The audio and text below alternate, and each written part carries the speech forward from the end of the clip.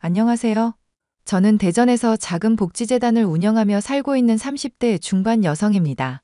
아이가 돌이 같이 나서 이것저것 챙겨줘야 할 게 많아서 육아하랴, 일하랴 정신없는 나날을 보내고 있네요. 제가 이렇게 사연을 쓰게 된 이유는 제 인생에서 가장 특이하고 어이없던 한 사람을 소개하고 싶어서입니다. 워낙 사람 미워하면 안 된다는 소리를 듣고 자라서 남에게 싫은 소리를 못하고 사는 성격이에요. 그런데 제가 태어나서 처음으로 시원하게 한 방 먹인 사람이 있습니다. 바로 제 형님이에요. 어떤 사연인지 궁금해하실 게 뻔하니 지금 바로 사연 시작할게요. 저는 오래전 아버지가 사업 실패로 인해 안타까운 선택을 하시면서 친정엄마와 단둘이 살아왔습니다.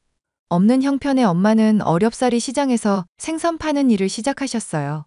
그런 엄마에게 누가 되지 않고 자랑스러운 딸이 되기 위해 열심히 공부했고 학교에서 장학금과 기관의 도움으로 후원금을 받으며 학업을 마칠 수 있었습니다. 대학도 원하는 대학에 전액 장학금을 받으며 우수한 성적으로 졸업했고 졸업과 동시에 바로 취직을 했어요. 그곳에서 만난 남편과 인연이 닿아 연인 사이로 발전했고 결혼을 약속하게 되었죠. 저는 앞서 말씀드렸다시피 잘난 집안도 아니었고 내세울 게 없던 평범한 여자였어요. 그에 반해 남편은 부유한 집 아들이었고 딱 봐도 귀티가 좔좔 흐르는 멋있는 사람이었습니다. 당연히 저는 주눅이 들 수밖에 없었고 그런 저를 남편이 따뜻하게 보듬어 주었습니다. 시댁에 인사를 가게 되면서 막장 드라마처럼 저를 못마땅해 하시는 건 아닌가 많은 걱정을 했지만 다행이고 인자하신 시어머니가 저를 따뜻하게 잘 대해주셨습니다.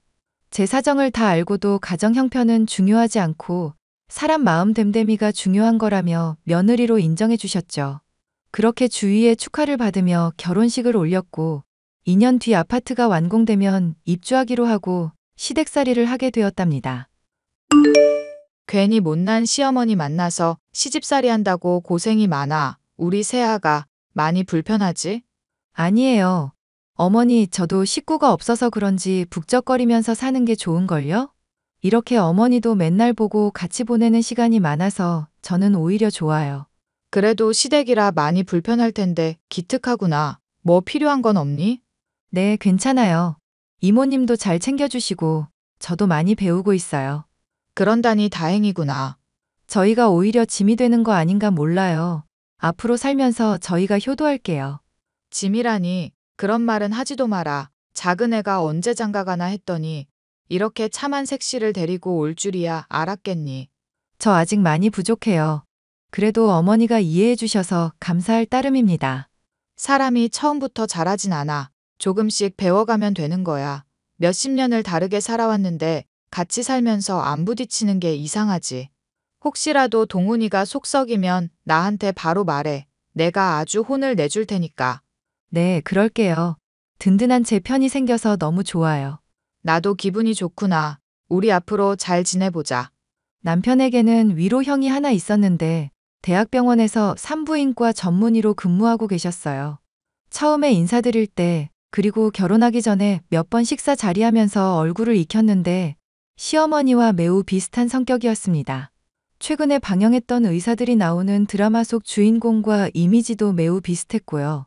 그에 반해 손이 동서인 형님은 첫인상이 매우 강했습니다.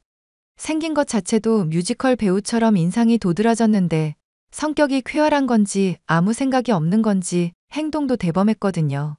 점잖은 아주버님과 정반대의 성격을 가졌다고 보면 되겠네요. 그런데 그 형님이 제가 결혼하고 시댁에 살게 되면서 사사건건 저한테 시비를 걸어오셨어요.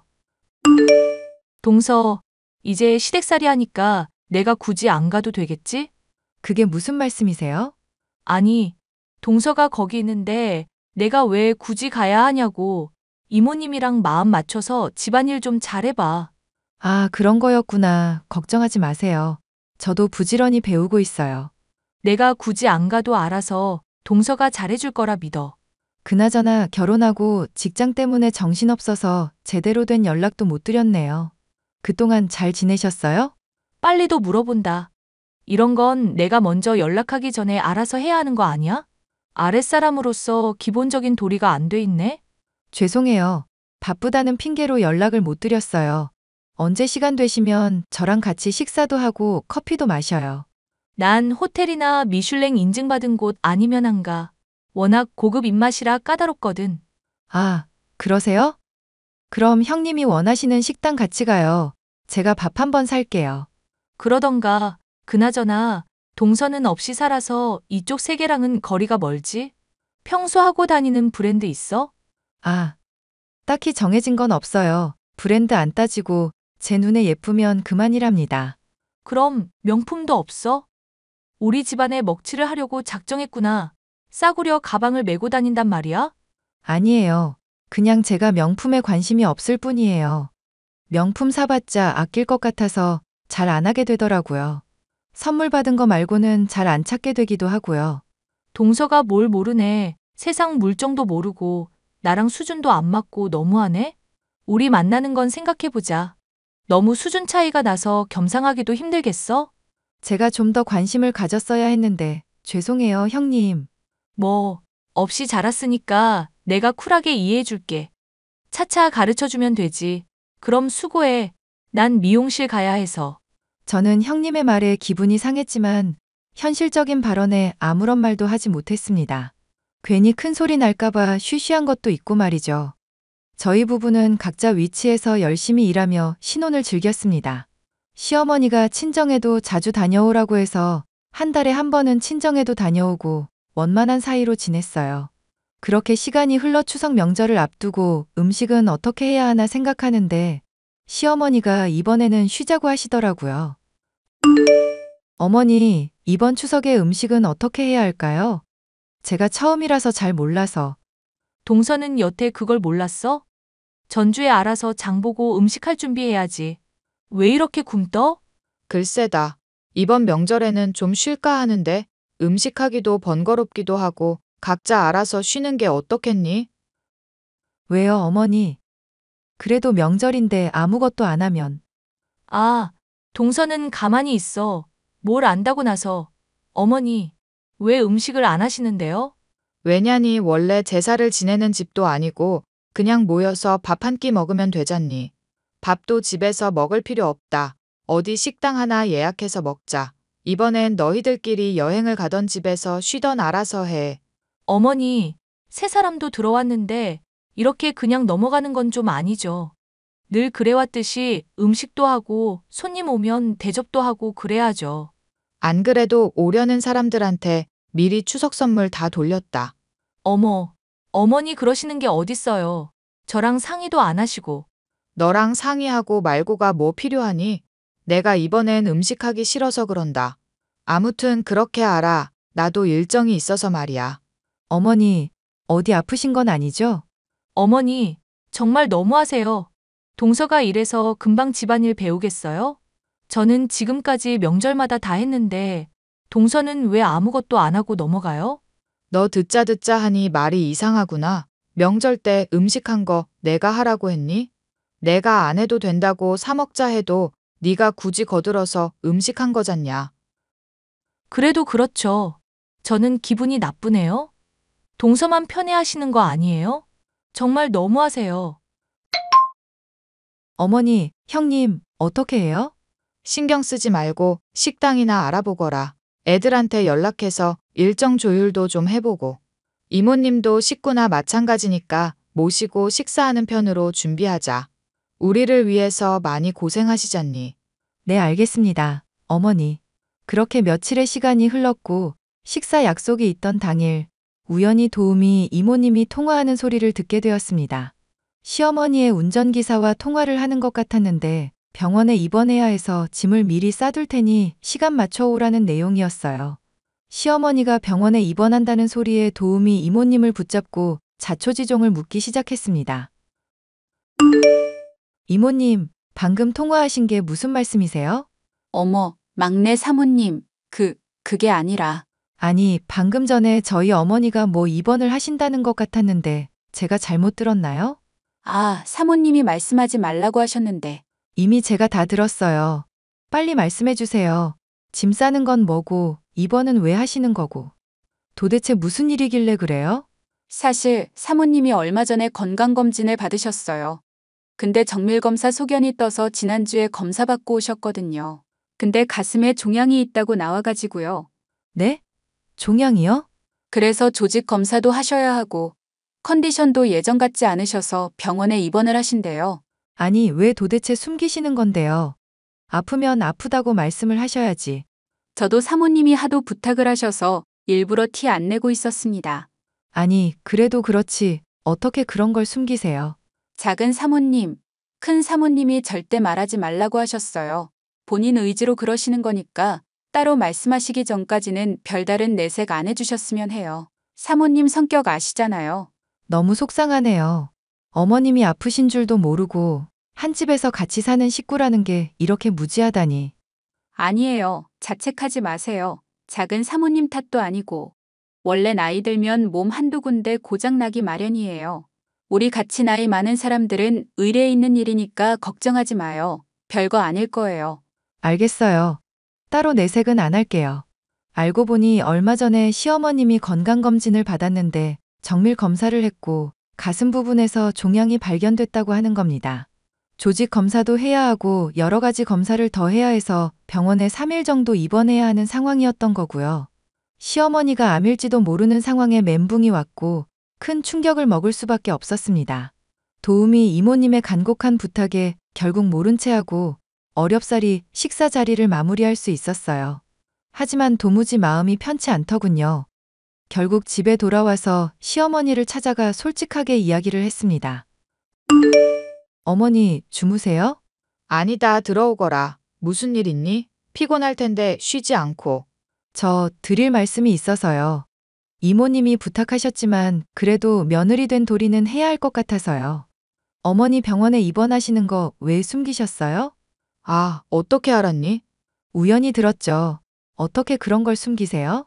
자식들 걱정시켜봤자 좋을 게 뭐가 있냐? 별거 아니야. 난 괜찮다? 어머니도 속이 말이 아니실 텐데 왜 그런 걸 혼자 감당하세요? 저도 있고 그이도 있고 아주버님 내외도 있고. 나도 살 만큼 살았으니까 더 이상 미련은 없다. 근데 세아가 다른 사람들한테는 말하지 말아줄래? 재산 정리도 해야 하고 조만간 변호사 불러서 유언장도 작성해야 하거든. 유언장이요? 어머니, 그게 무슨 말이세요? 죽는다는 소리세요? 그런 말 함부로 하지 마시라고요. 아이고, 내가 말실수를 했구나. 꼭 죽음을 앞두고 재산 정리를 한다는 게 아니라 내 나이 내일 모레면 70이고 조금씩 나눠두는 거야. 이렇게 해야 재단 운영도 원활하고. 깜짝 놀랐잖아요, 어머니. 일단 어머님 말씀대로 함구하고 있을게요. 일 생기면 바로 알려주세요, 네? 알았다. 알았어. 내가 우리 며느리가 눈물이 이렇게 많을 거라고는 생각을 못했네. 미안하다. 연휴가 지나고 시어머니가 병원에서 무사히 퇴원하고 집으로 돌아오셨습니다. 검사 결과 다행히 암은 아니었고 무록 같은 거여서 간단한 시술로 없앴다고 하네요. 크게 한숨 돌리며 이제라도 시어머니를 잘 보살펴드려야겠다고 생각했습니다. 시어머니는 변호사를 불러 유언장 작성과 함께 재산 정리에 들어가셨어요. 변호사와 따로 독대하여 진행하신 일이나 내용은 뭔지 몰랐습니다. 그렇게 조금씩 일상을 살아가던 중 저에게도 작은 변화가 생기고 말았습니다. 회사에서 일을 하는데 순간 머리가 핑 돌더니 그대로 정신을 잃고 쓰러진 거예요. 깨어나 보니 병원이었고 알고 보니 제가 임신 7주 차에 심한 빈혈기가 있어서 쓰러졌던 겁니다. 갑작스러운 임신 소식에 저는 조금 당황스러웠지만 남편이 크게 기뻐해줬고 가족들에게 임신 사실을 알리게 되었죠. 동서, 임신했다는 소식 들었어. 찬물도 위아래가 있는 법인데 동서는 참 예의가 바닥이네? 네? 무슨 말씀이세요? 아니, 그렇잖아. 임신을 해도 내가 먼저 해야지 왜 동서가 먼저 하고 지랄이냐고. 그리고 우리 그이 병원으로 다니더라? 누구 약 올리려고 그러는 거야? 동서는 수치심도 없어? 형님, 뭔가 오해를 하신 것 같은데요. 저도 회사에서 갑자기 쓰러져서 안 거고 실려간 응급실이 아주버님 병원이었어요. 다른 병원 다닐 바엔 그 병원이 나을 것 같아서 따로 병원 안 옮기고 다니는 거고요. 위선 떨지 마. 내가 모를 줄 알아? 일부러 시댁살이 하는 것도 다 물려받을 재산 노리고 그런 거 아니냐고. 형님, 그런 거 아니라니까요? 절 뭘로 보신 거예요? 이제라도 본 모습을 보여주지 그래? 동선의 엄마, 시장에서 생선 장사한다며? 그런 사람 밑에서 뭘 보고 자랐겠어? 지금 저희 엄마 모욕하시는 거예요? 형님, 도대체 왜 그러세요? 왜? 양심에 찔리니? 애초에 돈 노리고 서방님한테 접근한 거 아니야? 너 같은 부류들 내가 아주 잘 알거든? 형님, 그만 좀 하세요. 그런 거 아니에요. 하이고, 무서워라. 그러다 한 대 치겠다? 배운 게 없어서 이성적으로 생각 못하고 사람 패는 거 아니야? 형님, 저 많이 참고 있어요. 그만 좀 하세요. 자꾸 이런 식으로 나오시면 저 어머니고 뭐고 가족들한테 다 떠벌릴 거예요. 이제야 성깔 좀 부리네? 그래, 어디 한번 해봐. 몇 년을 같이 산 내 말을 믿는지 1년도 안 된 네 말을 믿는지 어디 한번 해보라고. 가짜는 게 어디서. 임신 사실을 알게 된 후 저는 매일매일 행복에 겨운 나날을 보냈습니다. 솔직히 형님만 아니면 정말 완벽한 하루였는데 하루가 멀다 하고 연락 와서는 돈 노린 거 아니냐. 남편 아이 맞냐며 폭언을 일삼았어요. 저는 그동안 형님과 나눴던 대화를 모두 캡처해 모아두었고 때를 기다리기로 했습니다. 한 달 정도의 시간이 흐르고 안정기에 접어들면서 입덧도 가라앉으니 몸이 조금 편안해지더라고요.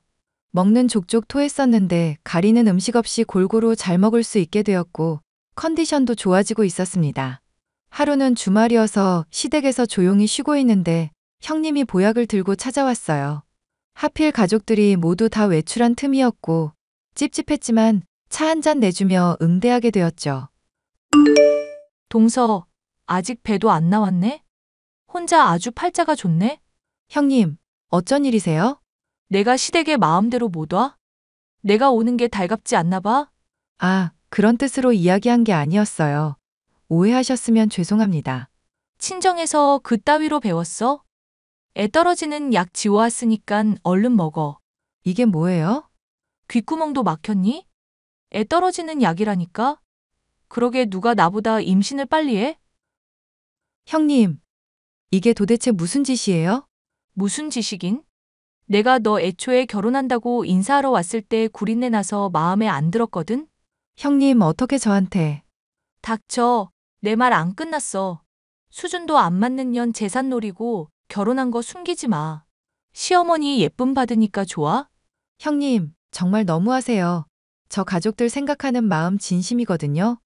제가 없이 산 건 맞지만 형님이 생각하시는 그런 거 아니라고요. 왜 그렇게 사람을 미워하세요? 네 꼬락서니가 그렇잖아. 내가 안 미워하게 생겼니? 아무튼 닥치고 이 약 먹어. 싫어요. 제가 왜 그래야 하는데요? 소중한 제 아이라고요. 재산 가로챌 생각 말고 약 먹고 애 떨어지면 알아서 이혼하고 집 나가. 형님, 함부로 말하지 마세요. 당장 이 집에서 나가주세요. 야, 이 집이 네 집이냐? 이게 눈에 뵈는 게 없구나? 너 당장 입 벌려. 내가 이 약 쑤셔 넣어줄 테니까. 대가리에 총 맞았나 제정신이 아니네. 저도 더 이상은 가만히 못 있겠네요. 당장 나가주지 않으시면 경찰이든 뭐든 부를게요. 아이고, 무서워라. 안 그래도 난 모임 있어서 가봐야 하거든? 이 약 꼭 챙겨 먹고 좋은 소식 들려주길 바라. 저는 모든 대화를 다 녹음해두고 있었고 홈캠도 있었기에 관리인한테 말해서 영상도 다 모아놓았습니다. 도저히 가만히 있을 수 없는 상황에 형님이 지어온 보약의 성분 의뢰를 맡겼고 정말 임산부가 먹어서는 안 될 성분들만 있었습니다. 저는 모든 증거를 모아두었고 언제 가족들에게 말해야 하나 고민을 하게 되었죠. 그러다 얼마 뒤 시어머니가 가족 식사 자리를 만들었고 밥 다 먹고 차 마시는 자리에서 모든 증거를 까발렸습니다. 이 일이 해결되지 않으면 더 이상 이 집에서 살 수 없었고 저를 비롯해 아이의 목숨이 위험했다. 판단되었기 때문이었죠. 그리고 무엇보다 대놓고 저한테 약을 갖다 주는데 아이의 신변에 어떤 문제가 생길지 모르니 싹을 잘라내야 한다고 생각했어요. 제가 모든 사실을 말하며 증거를 들이밀자 잠시 정막이 흐르더니 형님은 악다구니를 쓰며 소리치더군요. 순식간에 집안 분위기는 엉망이 되고 말았고 아주버님은 발악하는 형님의 뺨을 한 대 치고는 밖으로 끌고 나갔습니다. 여보, 이게 무슨 일이야? 세아가 너 왜 이런 거 미리 말 안 했니? 이게 보통 일이야? 어머니, 저도 어쩔 수 없었어요. 다짜고짜 말씀드리면 제 입장만 난처하고. 그래도 그렇지. 몸은 괜찮은 거냐? 아이는 무사하고? 네. 아이는 괜찮아요. 당신도 놀랐죠? 그럼 지난번에 쓰러진 뒤로 내가 얼마나 노심초사했는데 형수님이 이런 짓을 하시다니. 왜 나한테 미리 말 안 했어? 증거도 없고 누가 납득하기 어려운 일이기도 했고요. 미리 말하지 못해서 미안해요. 이런 것도 모르고 말도 안 되는 수모격계해서 미안하다. 너희들 당장 분가할 준비해라. 어머니, 그럴 필요 없어요. 이제 가족들이 알았으니까 위험할 일도 없고요. 내가 신경 썼어야 했는데 바쁘다는 이유로 그러질 못했어. 진심으로 사과할게. 당신한테 좀 더 신경 쓸게. 괜찮아, 여보. 내 몸은 내가 지켜야지. 세아가 그런 말 하지 말아라. 그러지 말고 이참에 회사 그만두는 게 어떻겠니? 슬슬 배도 불러오고 너 빈혈도 있어서 몸이 말이 아닐 텐데. 안 그래도 생각하고 있었어요. 상태가 좋아지긴 했지만 몸에 무리가 가긴 하더라고요. 그럼 회사 관두고 이왕 이렇게 된 거 몸조리나 제대로 하자. 내가 에스테틱 끊어줄 테니까 마사지도 다니고 그러렴. 네, 감사해요, 어머니. 결국 아주버님 부부는 이혼을 하기로 했습니다. 아주버님은 저에게 매일 연락해 미안하다며 사과를 하셨죠. 형님은 이혼을 납득할 수 없다며 매일같이 시댁에 찾아와 이럴 순 없다며 행패를 부리기 바빴습니다. 제가 돈 노리고 접근한 거라며 말도 안 되는 논리를 펼치고 집안을 쑥대밭을 만들어 놓더라고요. 결국 보안요원에 연행되어서야 잠잠해졌고 시어머니는 형님에게 접근 금지 명령을 내렸습니다. 형님은 위자료 한 푼 못 받고 쫓겨났고 저에게 연락해서 폭언을 했지만 한 번 더 연락하면 집안을 망하게 해버리겠다며 시어머니가 협박하니 그 뒤로 아무런 연락이 없더라고요. 한동안의 소란이 잦아들고 우연히 시어머니와 앨범을 보는데 익숙한 사진을 발견했습니다. 여러 명의 초등학생들과 시어머니가 찍은 사진이었고 그 중에 제가 있는 게 아니겠어요? 알고 보니 저를 어린 시절부터 후원해준 후원자가 바로 시어머니였던 겁니다. 당시 처음이자 마지막으로 얼굴을 봤던 터라 꼭 기억해야지 싶어 어렵사리 한 장을 지니고 있었는데 분실을 하고 말았죠. 사진을 잃어버리는 바람에 제가 기억을 못하고 있었는데 사진 속 저의 모습을 보고 알았습니다. 어머니, 이 사진 무슨 사진이에요? 아, 내가 오래전부터 재단 통해서 후원하는 일이 있어. 20년쯤 됐을 건데 이때 후원하던 아이들이랑 찍은 사진이야. 어머니, 저 기억 못 하시겠어요? 응? 무슨 소리니? 너를 기억 못하다니? 사진 속 이 여자아이가 바로 저라고요. 뭐? 그게 정말이니? 어머니 저 어려웠던 거 아시죠? 그래도 후원 받으면서 겨우 고등학교 졸업하고 대학 간 거잖아요. 그래서 저는 그게 너무 고마워서 후원자가 누군지 알면 나중에 커서 꼭 은혜를 갚겠다 생각했는데 아니, 정말이니? 네가 이 여자애야. 내가 특별히 예뻐했던 아이거든. 어쩐지 유독 눈에 들어오더라니. 제가 사진을 잃어버리는 바람에 후원자 얼굴을 잊고 지냈어요. 사는 게 힘들다는 이유로 잊고 지냈는데 이렇게 만났네요. 어머, 정말 신기하다. 내가 그때 사연 듣고 얼마나 가슴이 아팠던지. 사실 나도 비슷한 처지란다. 그래서 더더욱 애정이 갔었고 우리가 이렇게 만날 인연이었나 보네. 그러게요. 어머니, 늦었지만 감사해요. 그때 어머니 도움 아니었으면 지금의 저도 없었어요. 정말 감사합니다. 어쩜 잘 컸네. 잘 컸어. 내가 다 뿌듯하구나. 앞으로 살면서 어머님이 베풀어 주신 거 갚아나갈게요. 열심히 사는 모습 보여드릴 테니까 오래오래 행복하게 사셔야 해요. 그래 알겠다. 아휴, 우리 새아가. 그렇게 시어머니와 감동적인 재회를 하고 저는 몇 개월 뒤 건강한 남자아이를 출산했습니다. 그런데 시어머니와 남편이 저에게 큰 선물을 안겨주더군요.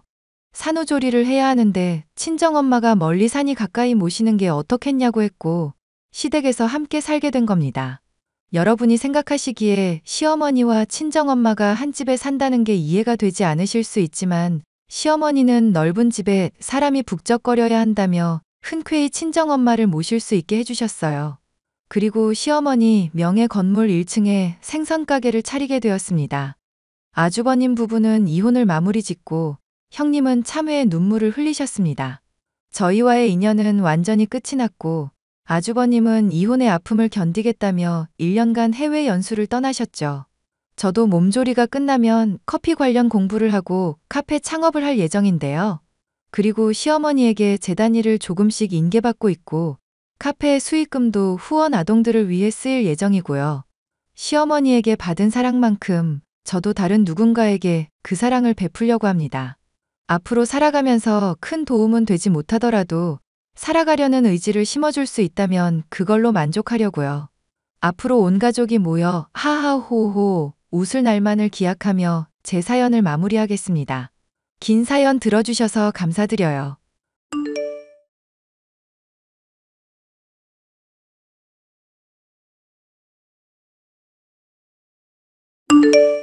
안녕하세요. 저는 실패한 결혼 생활을 하다가 이혼하게 된 20대 후반 여자로 현재는 공무원으로 일을 하고 있습니다.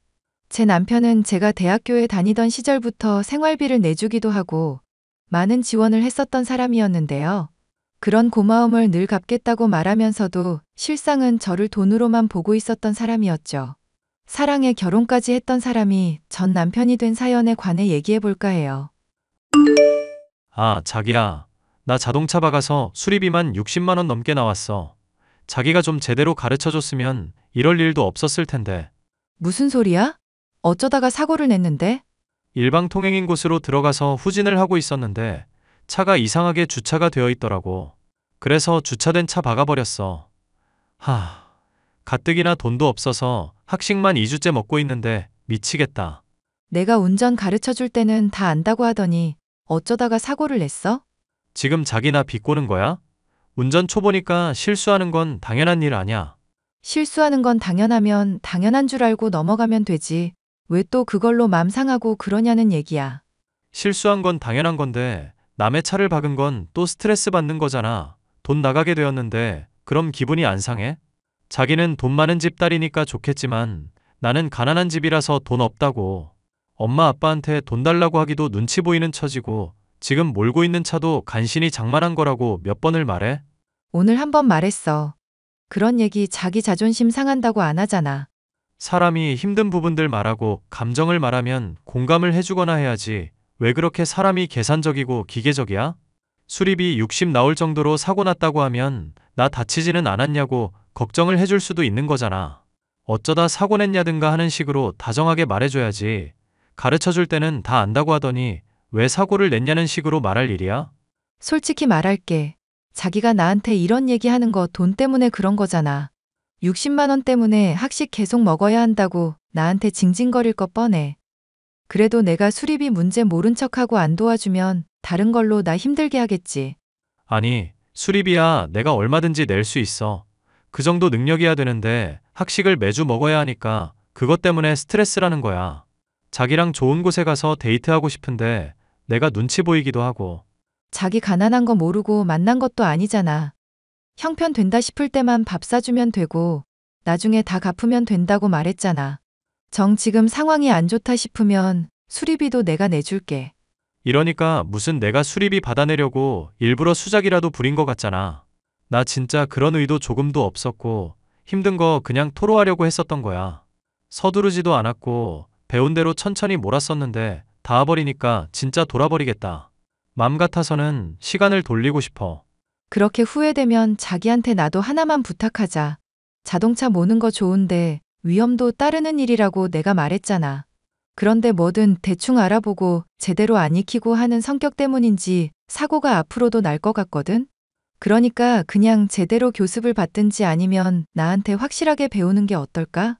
원래 부딪혀가면서 배우는 게 실력 쑥쑥 늘기에는 최고야. 자기는 왜 자꾸 나를 간섭하려고만 들어? 그냥 나 힘들다고 말할 때 공감만 해주면 된다니까 왜 자꾸 가르치려고 드냐고. 그러다가 나중에 사람이라도 치면 그때는 내가 도와줄 수도 없어. 몰랐다고 말하다가 어린애라도 치에게 하면 그때는 인생 종치는 거야. 인생 종칠 뻔한 사람 구해준 게 누구인데 말을 그렇게 하는지 모르겠네. 자기 트럭에 치여서 그대로 죽을 뻔했을 때 구해준 사람이 누구인지 기억이 안 나시나 봐. 자기가 나 목숨 구해준 건 정말로 고마운 일이라고 생각하고 있어. 그런데 무슨 잘못할 때마다 그 일 들먹이는 건 이제 좀 그만했으면 좋겠는데. 나 사랑한다고 해놓고 이미 다 식은 거야? 목숨 구해줬는데 이런 대접을 받을 줄은 또 몰랐네. 그 얘기 좀 그만하라고. 나도 아주 고맙게 여기고 있다니까. 왜 자꾸 사람 질리게 그래? 자기한테 나 이런 대접받을 사람 아냐. 우리 과에 나 좋다는 사람만 한 트럭은 된다고. 외모 괜찮고 성격도 좋다고 난리도 아니라니까. 내가 나중에 자기 학과에 방문할 일 있으면 그때 자랑해. 그리고 외모는 평범한 편이지만 성격은 솔직히 별로지. 어허, 그게 무슨 말도 안 되는 소리야. 솔직히 난 나랑 똑같은 사람 있다고 하면 절친이 됐거나 부부가 됐을걸? 그 정도로 인격자인 사람이 나라고. 남편은 제가 횡단보도를 지나던 중 달려들던 트럭에 치일 뻔할 때 달려들어 목숨을 구해준 사람이었습니다. 같은 대학교에 다니던 학생이기도 해서 그 인연으로 인해 서로 사귀게 되었는데 주변에서는 가난하고 외모도 평범한 사람이랑 왜 결혼을 하냐면서 만류를 하기도 했습니다. 하지만 달리는 트럭에 뛰어들어서 저의 목숨을 구해줄 정도로 용감한 사람인데다가 그것을 주위에 알리지 말라고 할 정도로 겸손한 사람이기도 하니 괜찮을 거라는 믿음이 있었죠. 절친의 걱정에도 불구하고 저는 결혼 생활에 대한 확신이 있었습니다. 미리야, 결혼식 날 애들 많이 안 부르기로 했다면서. 너 그동안 남의 결혼식 열심히 참여하더니 축의금 받을 거 아깝지 않아? 어차피 남편 될 사람 두고 이러쿵저러쿵 뒷말이나 하는 사람들이야. 그런 사람들은 그냥 안 보는 게 속 편해. 사람들이 뭐라고 남편 뒷 얘기를 했다고 대학 시절 내내 보던 사람들을 손절하냐? 너 공무원 시험 친다고 할 때도 별말 안 하고 응원하던 사람들인데. 너 그렇게 떠보는 거 보니까 뭔가 들은 게 있기는 한가 보다? 아니면 너도 기현 씨랑 결혼 반대하려고 그러는 거야? 야, 절친 듣기 서운하게 말을 뭐 그렇게 하냐? 솔직히 별로 들은 얘기는 없는데 너랑 왜 그런 사람이랑 결혼하는지 다들 궁금해하기는 하더라. 솔직히 네 남편 될 사람 흉보고 싶지는 않은데 학기 초부터 말 많았잖아. 뭐? 학교 들어오자마자 연애하려고 이 여자 저 여자 집적거렸던 거? 그런 것쯤이야. 뭐 남자들 대부분이 그렇잖아. 지금은 나 하나만 바라보는 사람이야. 사귀다가 헤어진 애 얘기 건너 들어보게 됐거든? 그런데 막 다른 여자랑 비교도 하고 그랬다던데 너한테는 안 그랬나 보네? 애처럼 칭얼대서 짜증나는 캐릭터라고 아예 소문 파다할 지경이었어. 좀 칭얼거리는 편이기는 한데 그 정도까지는 아냐. 그래도 군대도 갔다 온 사람이니까 앞으로 더 철들지 않을까? 솔직하게 하나 물어보자. 남편이랑 결혼하려는 이유가 뭐야? 나한테는 말해줄 수 있는 얘기잖아. 절대로 말하지 말라고 신신당부한 얘기인데. 그럼 너만 알고 있는 거다? 나 입 무겁기로는 한국에서 내로라 하는 사람인 거 알잖아. 오죽하면 오빠가 삼촌이 애지중지하는 도자기 깨먹은 것도 여태껏 비밀 지키고 있겠냐. 그동안 싸운 적도 많았는데 약속 지킨다고 말 안 했다니까? 지금 그 비밀 나한테 얘기한 거 된 거 같은데? 괜찮아. 공소시효 지난 일이라서.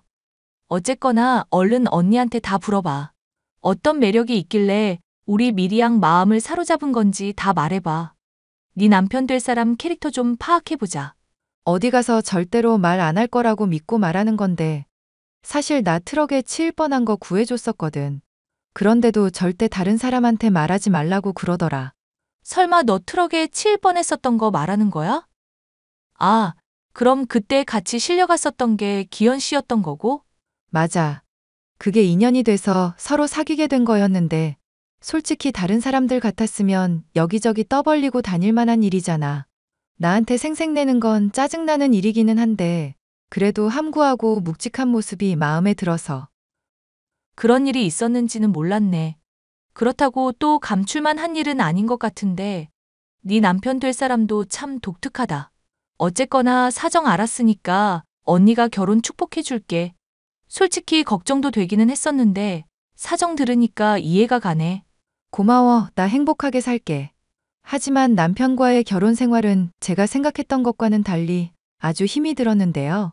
우유부단한 데다가 경제력도 떨어지는 남편은 생활을 같이 해나가는 데에 있어 사소한 습관까지도 하나하나 결이 맞지 않는 사람이었습니다.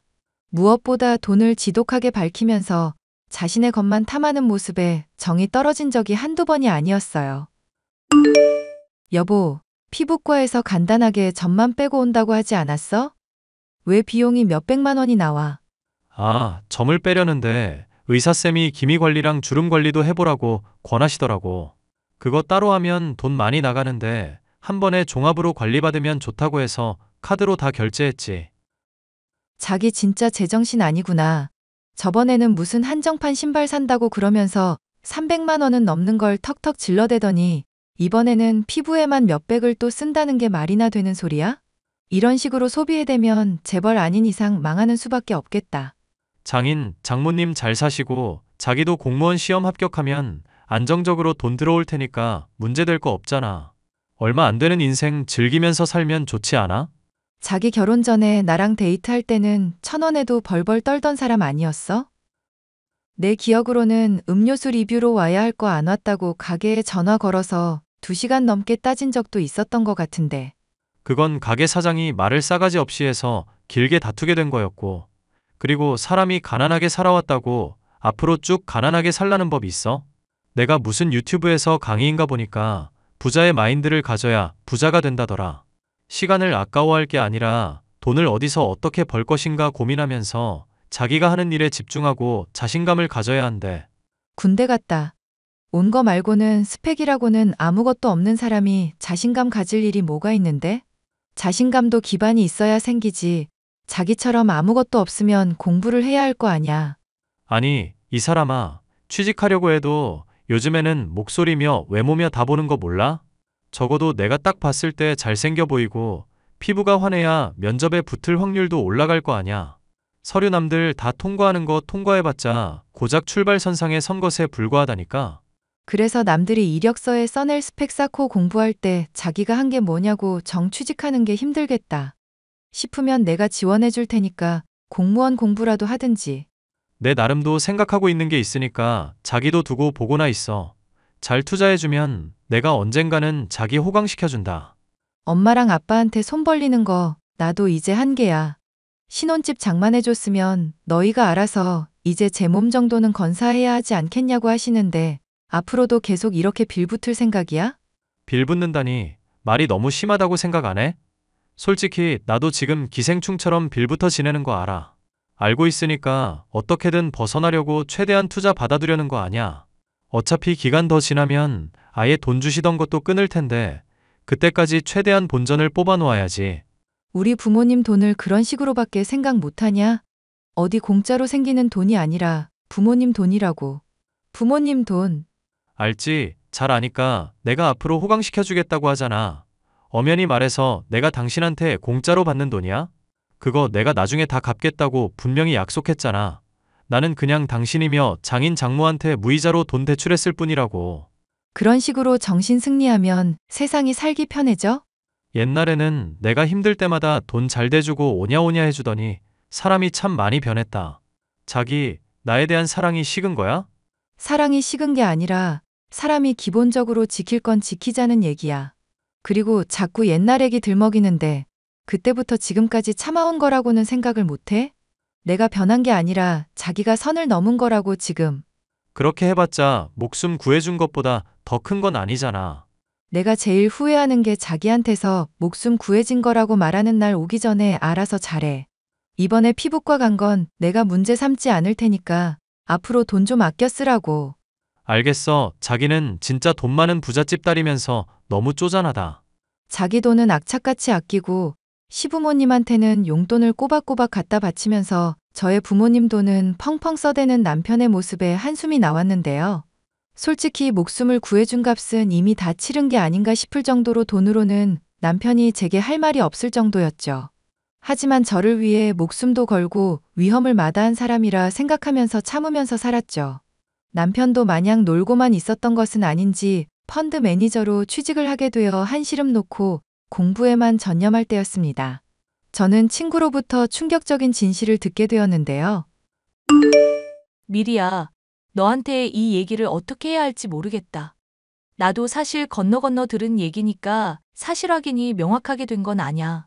무슨 말인데 시작부터 이렇게 뜸을 들여? 네 남편, 기현 씨가 너 트럭에 칠 뻔한 거 구해줬다는 이야기 말이야. 우연히 그 사건과 관련한 이야기 동창들한테서 퍼져 있는 거 들었는데 네가 얘기해준 거랑 내용이 달라도 너무 달라서 내용이 다르다니? 뭐가 어떻길래? 반응 보니까 넌 전혀 얘기 못 들었나 보다? 말했잖아. 사람들하고 교류도 끊었다고. 그래서 결혼식도 친한 사람만 초대한 거 뻔히 알면서 그러니. 어찌 됐건 얘기가 어떻게 다른지나 얼른 말해봐. 기현 씨가 너 구해줬던 게 아니라 네 근처에서 지나가다가 트럭 보고서 놀라 넘어진 거라고 그러더라고. 원래 사람들은 낱말하기 좋아하잖아. 날 줘도 편하게 하고. 그런 거짓말 나는 신경 전혀 안 써.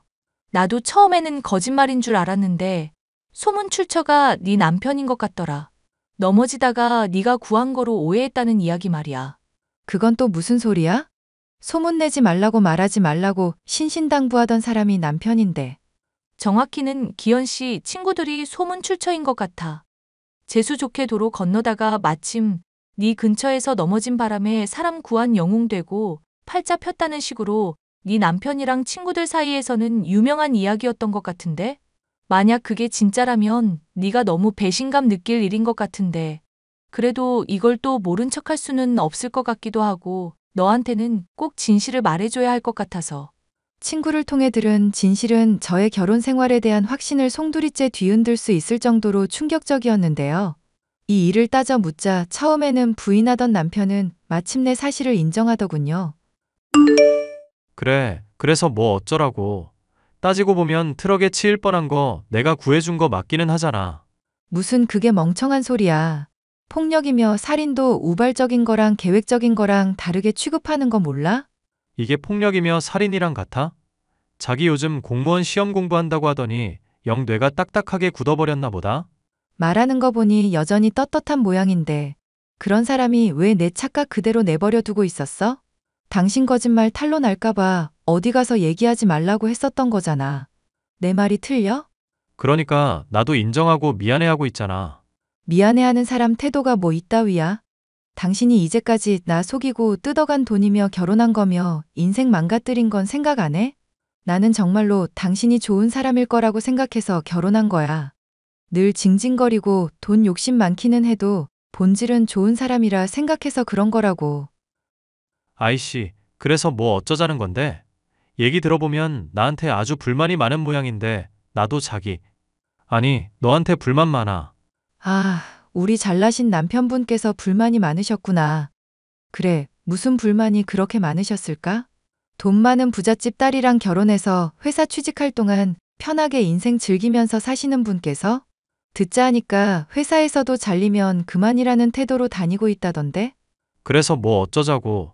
자꾸 비꼬지 말고 본론이나 말해. 이혼이라도 하자고.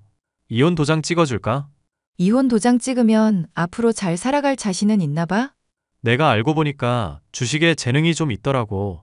그래서 거래하시는 VIP 분들도 나를 많이 신뢰해줘서 내가 돈을 좀 만진다 이거야. 조만간 너한테 깜짝 놀라게 해주고 그동안 빚진 거 다 갚을 생각이었는데 네 복을 네가 차버리는구나. 웃기는 소리 하고 있네. 내가 그동안 돈 줬었던 거 빌려준 거라고 내 입으로 분명히 말했었던 거 기억이 안 나나 봐? 그동안 나한테 빌려갔던 거며 받았던 거 죄다 토해낼 생각이나 하고 있어. 그리고 사기 결혼으로 너 소송 걸면 얼마나 나올지도 잘난 머리로 계산해보고. 야, 진짜 이렇게까지 해야겠어? 자기라고 부르면서 살갑던 시절 생각해서라도 이러면 안 되잖아. 너 나 좋다고 사랑한다고 했었던 날들 기억이라도 좀 해봐. 사랑이 어떻게 이렇게 변하냐? 사랑이 변한 게 아니라 내가 사랑했던 사람 자체가 애초부터 허구였던 거라니까? 목숨 걸고 위험한 사람 구해주고도 소문나는 거 싫어했던 남자를 사랑했던 거지. 지 실수를 영웅담으로 꾸민 사기꾼을 사랑했던 게 아니야. 그래, 차라리 잘 됐다 싶네. 나 좋다는 사람들도 많은데 내가 이제는 고르는 처지가 된 거잖아. 어차피 네 덕에 나는 돈도 충분히 벌 만큼 벌었고 좋은 회사 취직도 했고 능력도 있거든. 앞으로 어떻게든 잘 살 수 있을 거니까 까짓 거 위자료쯤이야 뭐 대수겠어? 네가 그런 말 한 적 있잖아. 너랑 똑같은 성격인 사람 만나면 절친 아니면 부부일 거라고. 제발 그렇게 말했던 거 꼭 실현되길 바랄게. 너 같은 사람 꼭 만나. 진심으로 빌게. 이야, 축복해줘서 고맙다, 전 마누라. 앞으로 나한테 돈 문제로 잔소리할 생각 못해서 아쉬워서 어떡해? 막판까지 쿨한 척하지만 속이 아주 쓰리긴 하지? 뭐라는 거야? 한심한 소리 하고 있어. 너 같은 폐기물이랑 그래도 결혼 생활 더 지속하지 않을 수 있어서 천만다행이라 생각하고 있을 뿐이거든. 폐기물. 이게 헤어질 마당이라고 막말을 하네? 야, 너 길 가다가 뒤통수 누가 치고 가면 나라고 생각해라. 알겠냐? 모르겠다, 이 자식아. 아오, 이 쥐방울만 한 걸 진짜 어떻게 요절내지? 남편이 좋은 사람일 거라는 결혼 생활을 지탱하던 믿음이 깨진 것은 충격이었지만 한편으로는 마음이 편하더군요. 이혼하게 되고 얼마 동안 떨어져 있으니 전 남편이 얼마나 허접하고 추악하며 탐욕스러운 인간인지도 확연히 알 수가 있었습니다. 저는 진실을 알도록 도와준 친구에게 너무나도 감사한 마음이었습니다. 은혜야, 네 덕분에 이혼하고 행복하게 잘 지내고 있어. 이혼하고 행복하다니. 참 아이러니한 말이 아닐 수가 없구만. 기현 씨 얼마나 쓰레기였길래 이혼했는데도 행복하냐. 빈말이 아니라 너한테 정말로 고마운 마음이야. 떨어져서 살다 보니까 내가 그동안 단단히 콩깍지가 씌었다 싶더라. 남들 말리는 결혼하고 잘 살 거라고 생각했던 게 오만이었던 것도 깨달았어. 원래 결혼은 누구 한쪽이 손해를 보고 살 수밖에 없는 구조라고 그러더라. 그게 남편이 될지 아내가 될지야 모르겠지만 너랑 기현 씨 보면 누가 손해였는지는 확실히 알겠다.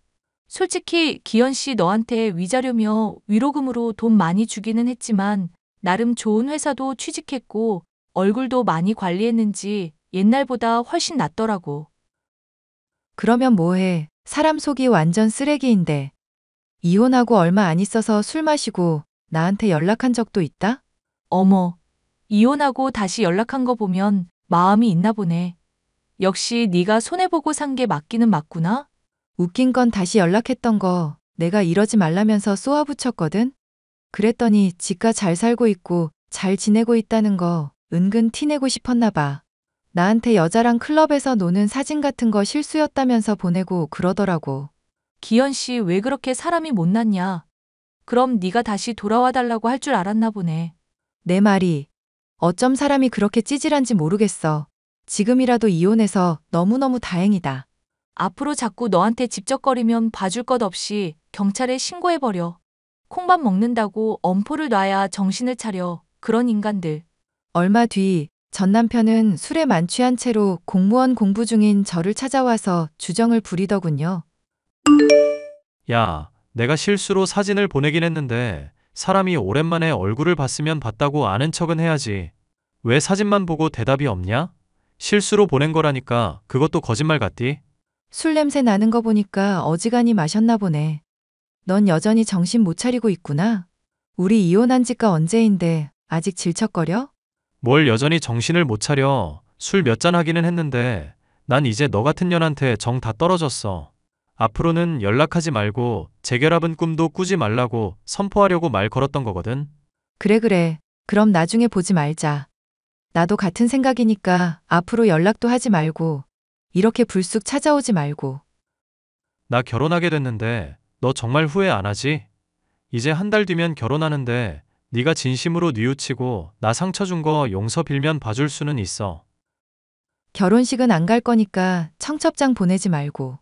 야, 사람이 말을 하면 건성으로 반응하지 말라고 좀. 넌 왜 늘 이런 식이야? 너 같은 인간한테는 진지하게 대꾸해줄 필요도 없으니까. 멀쩡한 정신이어도 상대하고 싶지 않은 인간을 내가 왜 신경 써야 하는데? 이씨, 나 좋다는 여자 많다고 내가 분명히 말했었지? 나 요즘 등산 동호회 다니면서 운동도 하고 있는데 허벅지랑 엉덩이 근육 탄탄하다고 좋다는 사람이 한둘이 아니야. 진짜라고. 돈 많은 유부녀랑도 애인 사이로 지내면서 맛있는 거 너랑 사귈 때보다 훨씬 다 많이 얻어먹고 있거든. 내가 회사에서 요즘 좀 무시당하고 있다고 너까지 나 무시하지 말란 말이야. 회사 실적이 영 별로라서 유부녀랑 바람이 난 거니? 아니면 그 반대인 거니? 아니다. 내 네 인생 궁금하지도 않다. 경찰 부르기 전에 꺼져. 야, 너 진짜 후회 안 하지? 이 여자 나 좋다고 남편이랑 곧 이혼하고 나랑 결혼할 거라고 그랬단 말이야. 그때 가면 물리고 싶어도 못 물린다? 술에 취할 때면 찾아와서 헛소리를 늘어놓는 남편 때문에 스트레스가 이만저만이 아니었던 저는 이사를 고려하고 있었습니다. 부모님이 장만해주신 신혼집이 저의 소유이기는 하지만 남편 역시도 아는 곳이니 얼른 바꾸어야겠다고 생각을 했었는데 남편은 그 사이에 질리지도 않고 매일 같이 술에 취해 찾아와 자신의 상황을 말하더군요. 상간녀와는 잘 되어가면서 결혼까지도 곧하게 될 것 같다고 하더니 황당하게도 어느 날은 회사에서 잘리고 상간녀가 자신의 돈을 들고 도망갔다는 얘기를 하기도 했습니다. 상간녀의 남편도 찾아봤지만 돈을 들고 어디론가 잠적했다는 정보 외에는 얻지 못했다며 신세 한탄을 하다 돌아가더군요. 미리야, 나랑 이혼하고 잘 지냈어? 요즘 너 생각 많이 나더라. 네가 해준 서툴지만 따뜻한 요리도 그립고. 무슨 개풀 뜯어먹는 소리를 하고 있어. 나 진짜 아주 많이 달라졌어. 미리야, 난 역시 너여야만 한다는 것도 깨달았고. 우리 다시 재결합하는 게 어떨까? 다시는 보지 말자고 그러더니 왜 아쉬운 소리를 하고 있을까? 상간녀가 네 재산 빼돌려서 도망이라도 갔니? 그걸 자기가 어떻게 알아? 설마 내 핸드폰 해킹했어? 멍청한 소리도 이쯤 되면 인간 문화재급이구나. 이보세요. 내가 댁 핸드폰을 왜 해킹하겠어요. 술 실컷 처먹고 남의 집 앞에 와서 주정 어쩔 수 없이 듣다 보니 알게 된 거지. 미리야, 그래도 내 얘기 맨날 들어준 거 보면 너도 아직 마음이 있구나. 사실 나 요즘 정말 죽을 것처럼 너무 힘들어. 회사도 잘리고 그 꽃뱀 같은 년은 달콤한 말로 사람 꿰더니 내 돈 가지고 날라버렸잖아. 이 마당에 내가 믿을 수 있는 건 너뿐인 거 알지? 왜? 그 상간녀가 너랑 딱 맞는 사람인 것 같은데. 돈도 찾을 겸 지구 끝까지 한번 쫓아가 봐. 지금 농담할 때야? 내 전 재산이 털린 마당인데. 주식하는 나한테 투자하라면서 돈 갖고 튄 년이 내 천생연분이라는 게 말이나 되는 소리야? 네가 말했잖아. 너랑 성격 완전 같은 사람 만나고 싶다고. 넘어져 놓고 사람 구했다고 사기친 놈이나 돈 갖고 튄 년이나 똑같은 사기꾼이네. 남 속여서 이득 취하려는 성격까지 빼박이니까 소원대로 됐다. 잘해보셔. 화이팅! 야, 주미리. 너 정말 나한테 이렇게까지 독하게 굴 거야? 나 조금도 불쌍하지 않아? 네가 한때 사랑했던 사람이라고. 어쩌면 지금도 사랑하고 있을지도 모르는 남자란 말이야. 화나는 건 알겠는데 마음이 호소하는 소리에 좀 귀를 기울여. 내 마음이 호소하는 건 제발 좀 내 인생에서 꺼져줬으면 하는 것뿐이야. 앞으로 더 문자 보내거나 찾아오면 진짜 경찰에 신고할 거니까 그렇게 알아. 이미 변호사도 고용해놓고 법률적으로 사용할 증거도 다 모아두고 있어. 회사 잘린 백수의 무일푼인데 감옥까지 가고 싶은 건 아니지? 야, 네가 어떻게 나한테 이럴 수가 있어? 그러게 인생을 똑바로 살지 그랬니? 미리야, 내가 잘못했다고 하잖아. 내가 이렇게 빌고 있잖아. 꺼져. 차단할게. 전 남편이 애원하는 모습을 보니 불쌍하기는커녕 통쾌한 마음만 들 뿐이었습니다. 자신이 호언장담하던 대로 자신과 똑 닮은 사람을 만나 비참한 모습이 되었으니 실로 자업자득이라고밖에 할 수 없을 결말이었죠. 저는 전 남편과 얽힌 문제로 마음고생을 조금 하기는 했었지만 속 썩이는 전 남편이 없으니 오히려 공무원 시험에 매진해 합격까지 거머쥘 수 있었답니다. 앞으로 남은 인생에 또 어떤 사람을 만나게 될지는 모르겠지만 주변에 좋은 사람들이 많으니 그들의 조언을 수용하면서 조금 더 지혜로운 제가 되어야겠다고 다짐을 해봅니다. 사연 끝까지 들어주셔서 감사합니다.